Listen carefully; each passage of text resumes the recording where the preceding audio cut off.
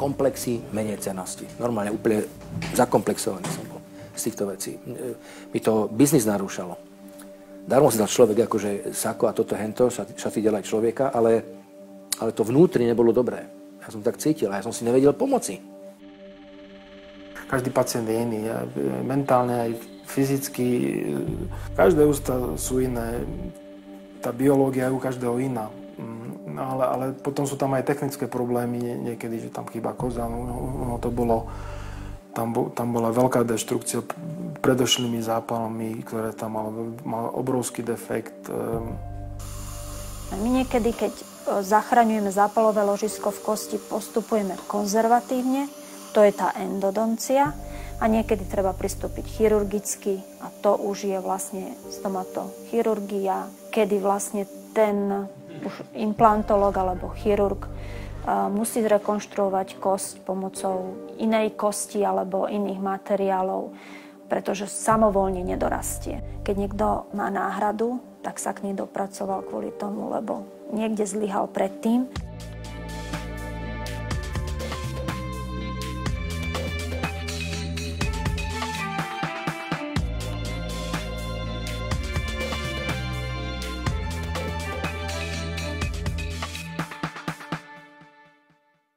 Tá váha je tam stále. Ak vás to unaví, môžete druhým prstom. V každom prípade máte pravý uhol. Stále konštantne 5 kg. A moje problémy začali ešte počas nášho pobytu s manželkou v Kanade, v Britskej Kolumbii vo Vancouveri, kde jedného krásneho dňa jednoducho som zistil, že ja strácam citlivosť nad hornými zubami, v tom podnebí. No a potom pokračoval ten proces a sa mi tam objavil v podstate veľmi neestetický taký akby ranka alebo čo, no a to som si musel čistiť pravidelne každý deň a sa to nejako zhoršovalo. Citlivosť nad zubami sa strácala, tak som navštívil odborníkov, no a tí povedali, že mám tam hlboký ako zápal v hornej sanke. No a potom mi povedali, že v Kanade taký odborník nie je, ale že je v Seattle v Spojených štátoch, ktorý by došiel, vyoperoval to, čo treba a nepríde o zuby. Že to je špičkový špecialista. Tak hovorím, dobre, tak ho objednali, prišiel, operácia trvala 3,5 hodiny a naozaj mi to vyčistil kompletne a o zuby som neprišiel. No a fajn, bolo 7 rokov kľud. Zubov máme od Pána Boha veľa a je to pre nejaký zmysel. Každý zub má nejakú funkciu a každý má nejakú hodnotu v tom chrupe. A preto treba aj tak postupovať pri tej záchrane a takisto individuálne treba postupovať pri záchrane zubov u ľudí, ktorí v závislosti od veku, v závislosti od toho, aké majú predstavy o svojom chrupe v budúcnosti. Takže od toho sa odvíja aj ten plán, či ten daný zub sa bude zachraňovať v chrupe alebo nebude. Nie paušálne každý zub sa zachraňuje, ale vo všeobecnosti platí, v dnešnej dobe sa snažíme zachrániť každý infikovaný, čiže zub, ktorý je postihnutý kazom a baktéria sa šíri do organizmu, tak sa ho snažíme zachrániť. Niekedy to ale nemá význam, keď už vlastne ten zub je natoľko deštruovaný, že by ani korunkové riešenie neprinieslo tomu pacientovi benefit. V tom prípade už je indikovaná extrakcia zubu a implantácia. Implantát je výborná náhrada, ale tiež má svoje prísne indikácie. Celé je to robené. S týmto diamantom sú robené steny, okná a vôbec ten New York. Nech sa páči. A s týmto tiene. Toto som napríklad robil 4 mesiace. Jak prichádzame na Zem, len s týmto. Jak prichádzame na planetu Zem, niekto povie, inkarnujeme sa, dobre, z dieťaťa rastieme do stredného vysokého, potom starneme zase perióda v živote. To je vlastne vesmírne feng shui. No a tuto sa pomýliť v tej tvári a podobne by znamenalo katastrofu. Preto 4 mesiace. Po 7 rokoch sa mi to vrátilo znova. Tak chlapík znova došiel, už tentokrát dvojnásobok sa platilo a 4 hodiny operácia a tým pádom ten otvor mi tam zväčšil. No a fajn, a znova 7 rokov pokoj. To je už 14 rokov problém, áno. A po ďalších 7 rokov, to je 21, sa mi to objavilo, už keď sme boli na Slovensku. Lebo sme sa vrátili späť.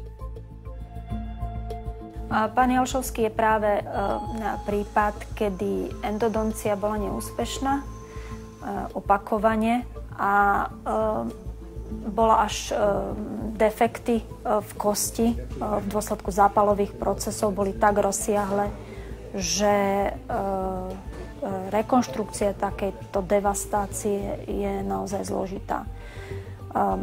Zrekonštruovať kosť v tejto lokalite už bez nejakej erudovanosti chirurga nebolo možné. To sú rôzne prípady. Najčastejšie sú to pacienti, ktorí už nemajú zuby, alebo im chýba nejaký zub, alebo parodontologickí pacienti prídu neskoro. Parodontologickí pacienti sa dajú krásne dneska liečiť. Doteraz, alebo donedávna pacienti počúvali, že sa to nedá. Ale to sa dá, keď sa dajú do rúk odborníka. Ale keď už príde neskoro, keď sa tie zuby už kývu vo vetre, tak už sa nedá moc robiť. Už sa bohužiaľ musí vyťahnuť. Toto je dosť časté. Ale ďalšia vec sú úrazy. Spadne na kolobežke, alebo sa potkne, spadne na zuby. To sú dosť časté veci, ktoré sa stávajú. Povedz si nám niečo o tomto diele. Čo pre vás znamená? Nechcem vyznievať dôležité, ale znamená dosť, pretože toto je moje nie rozmerom, ale rozsahom myšlienkového posolstva asi najvýznamnejšie dielo z celej mojej tvorby. A v podstate to aj moje posledné dielo zatiaľ. Volá sa teda Genesis a vytvoril som ho v 95. roku. Takže rok a pol práce a 47 medzinárodných ako víťazstiev alebo ocenení. Hej. No tak som bol nešťastný, tak som od Košíc až pomaly po Moravu hľadal chirurgické, stomatologické pracovisko, alebo teda, kde by mi to mohli spraviť. A všade cez telefón, jasné, príďte k nám, tak som cestoval po Slovensku. Všetci tí odborníci si porobili MRK, alebo teda, CTčka, niektoré iné tieto vyšetrenia. A keď sa na to pozreli, tak povedali, viete čo, ja mám kolegu, toto nejdem do toho radšej. 17 chirurgických tých staníc ako laboratórií alebo pracovísk, ordinácií ma odmietlo. 17. No a potom som dostal tip, že tam proste je jeden odborník. Tak som tam išiel, on si to prezrel všetko, dlho zvažoval, si to pozrel na 3D, na obrazovke a potom povedal takto, že ja sa nečudujem mojim kolegom, že tu ho nechali, lebo vy tam máte dosť veľkú dutinu nad hornými zubami. Ja poviem príklad 3x5 cm, to je dosť. Hej? A to už to treba vyplniť zubovinou. Potom sa bude čakať x mesiacov, aby to všetko zrástlo. Otázka je, či to zrastie, lebo to je fakt extrém. No a potom máte 3 možnosti. Buď večer, to je najlacnejšie, zuby do fyziologického roztoku, dezinfekčného, alebo ďalší spôsob, možno mostík, ale to je extrémne ako záležitosť, alebo titánové implanty, čo je najlepšie. No tak som pozeral, zvažoval, no a zobral som túto poslednú možnosť. Toto je pán Jalšovský, o ktorom sme sa bavili. Tu vidno ten defekt, to vidí aj laik. On tu mal zuby, ktoré mu viseli vo vzduchu. Takto vyzeral ten zub.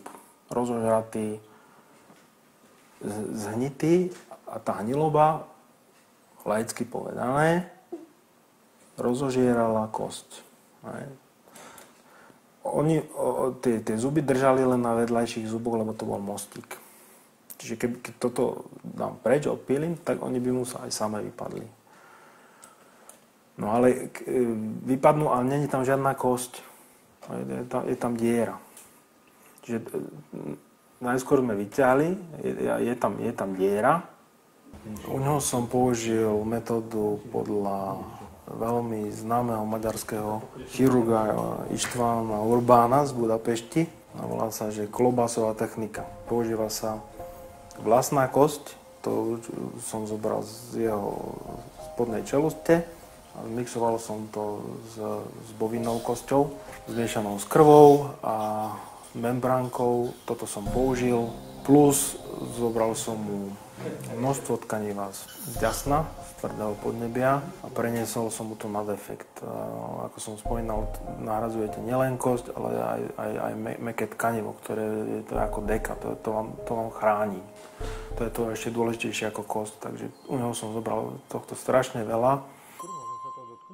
No tak to nechal otvorené a tu mi to citlivo rozrezal a vysekal odtiaľ zubovinu v optimálnej miere, nie maximálnej, že tie zuby, že to zrastie. Dal to tam a hovorí ešte málo.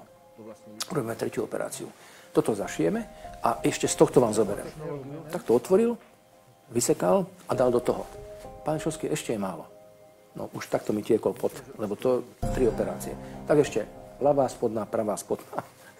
5 operácií počas jednej, že? A potom už bolo dosť.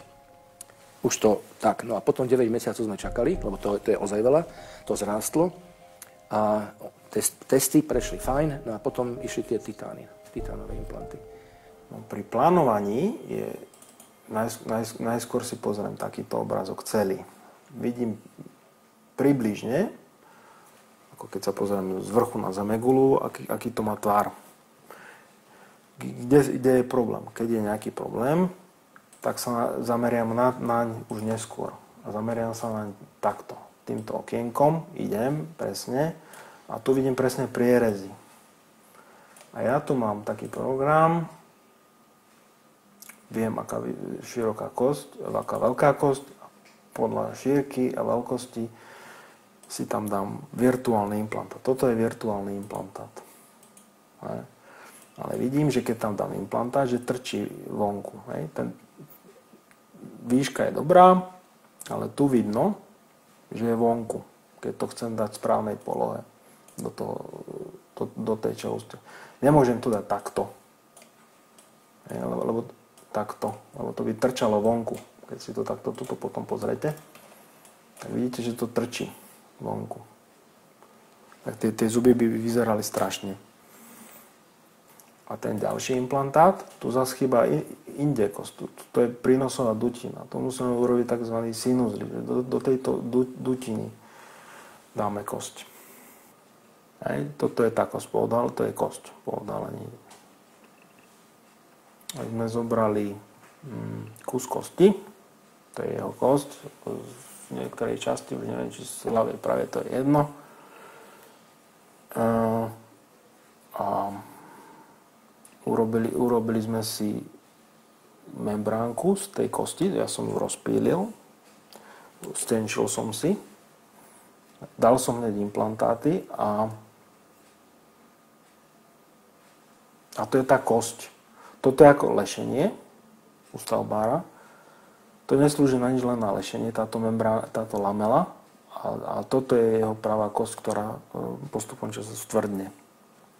Za 4 mesiace to stvrdne na pôvodnú kosť. Nebolo tam nič a zrazu tam bude kosť. To malo takto zahojené. Pozrite, žiadny defekt. Ako keby tam nemá tam zuby, ale to ďasno je ako u bábätka. Implantológia nie je len dávanie implantátov, to je práca s kosťou, práca s mäkkými tkanivami, tam vznikne defekt. Používa sa titán, to vymyslel profesor Bannemar vo Švédsku a ten istý materiál používajú po nás, po stomatologoch, ortopédi do umelých klbov, to je to isté, len oni to okopčili od nás.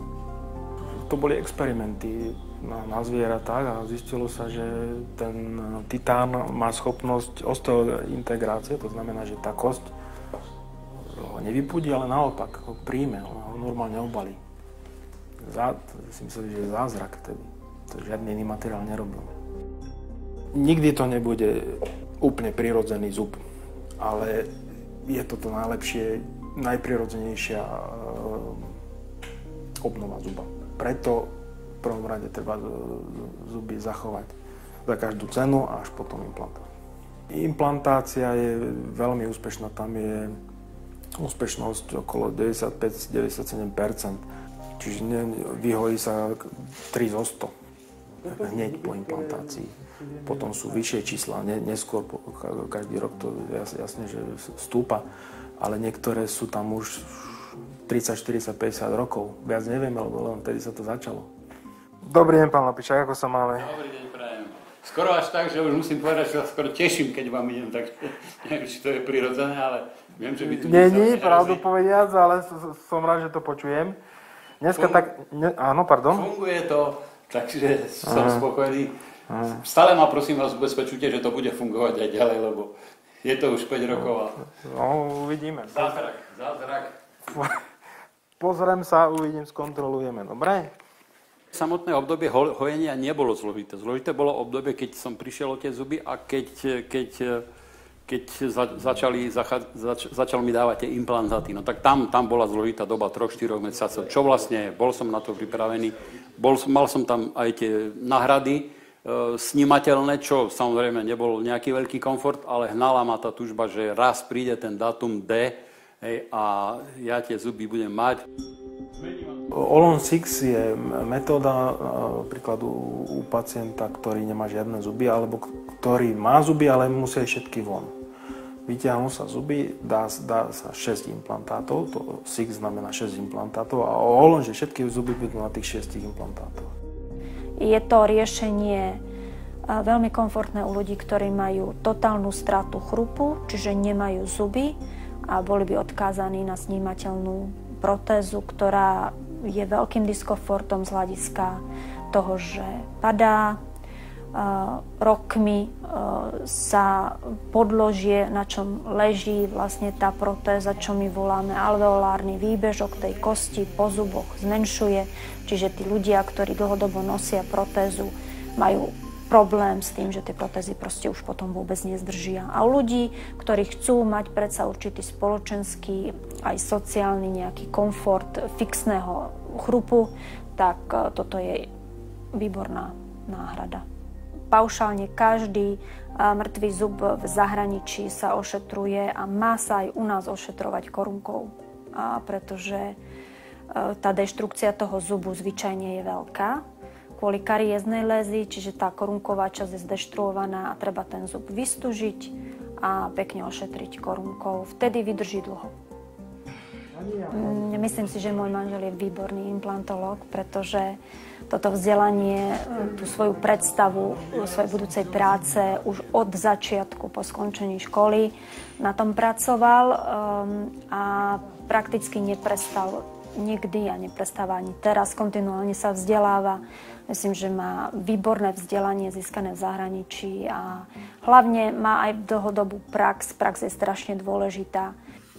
Keďže sme sa snažili poskytovať našim pacientom komplexnú liečbu celého chrupu, tak sme si ako keby rozdelili svoje úlohy, keďže stomatológia je veľmi obšírny obor a v dnešnej dobe je to o špecializácii na jednotlivé podobory stomatológie. Bez toho to dnes nejde. Ak pacient stratí väčšie množstvo zubného tkaniva, tak ho vieme nahradiť keramickou korunkou alebo keramickou inlejou, onlejou, čo je len časť toho zubu. Bola, kedy sa zuby otlačkovali otlačkovými hmotami, aby sme získali informáciu o tom defekte. V dnešnej dobe takéto zuby chrup skenujeme. Vytvára sa mnoho takých photoshotov, ktorý softwarový program vyhodnotí a my potom v tomto softwarovom programe modelujeme, ako by ten zub mal vyzerať, tak aby pasoval do chrupu z hľadiska funkčnosti, aj tvaru a estetiky. My vyrábame korunky keramické z disilikátu. Je to materiál, ktorý je veľmi biokompatibilný. To znamená, že veľmi dobre sa správa v dutine ústnej.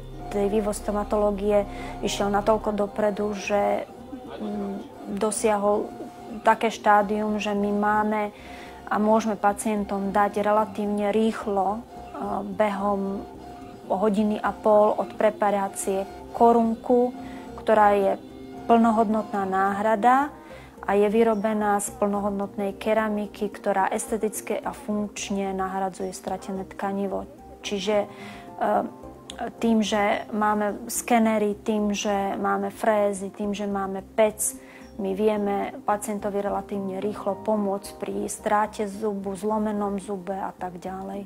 A vďaka tým všetkým prístrojom, ktoré tu máme, My tú diagnostiku robíme veľmi precízne, tak aby nás pseudonič neprekvapilo.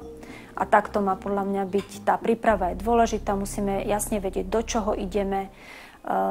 Nám pomáhajú CT vyšetrenia, ktoré sú základ, následne adekvátna príprava s využívaním rôznych softverových programov, tak aby sme vedeli, keď pacientovi pristúpime, čo presne vlastne u neho ideme robiť. Každý pacient je iný, každý zub je iný, nič nie je rovnaké. Čiže treba byť pripravený na všetko a keď vieme, v čom sa pohybujeme, aké máme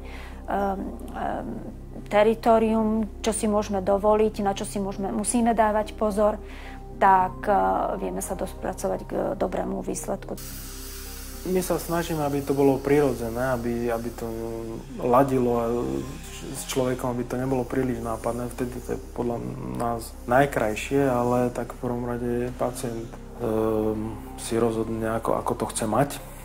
Ale my sa to snažíme vždy viesť týmto smerom, aby to bolo čo najprirodzenejšie, najprírodnejšie. Aby to nevyzeralo, aby to nebolo príliš okaté, že to je niečo, do čoho zasahoval človek.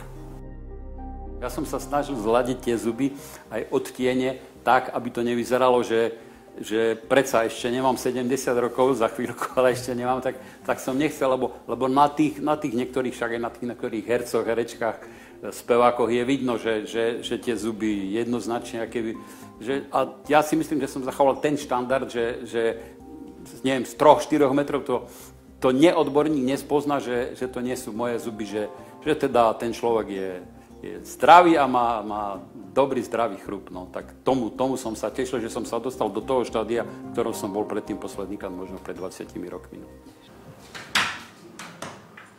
Dobrý deň. Tak poďte, nech sa páči. Môžete sa môcť posadiť. Ďakujem. Tak, ahoj Franky, vítam ťa. Zdravíčko. Ako sa máš? No to vidím. A ja teba, všetko OK? Od posledného razu? Áno. Žiadny problém? Nie. Tam sme si prešli veľa toho, ty si toho veľa zažil. Viem, že možno na to rád nespomínaš, ale už to máme za sebou však. Tak bol si jediný, čo mu dal dokopy. Takže. Dobre, tak to skontrolujem. Dobre, môžem? Pekne si to čistíš, dobre, pochvala.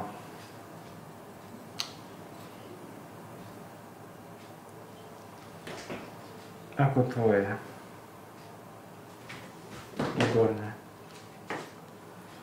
Takto keby každý čistil zuby, tak nie sú žiadne problémy.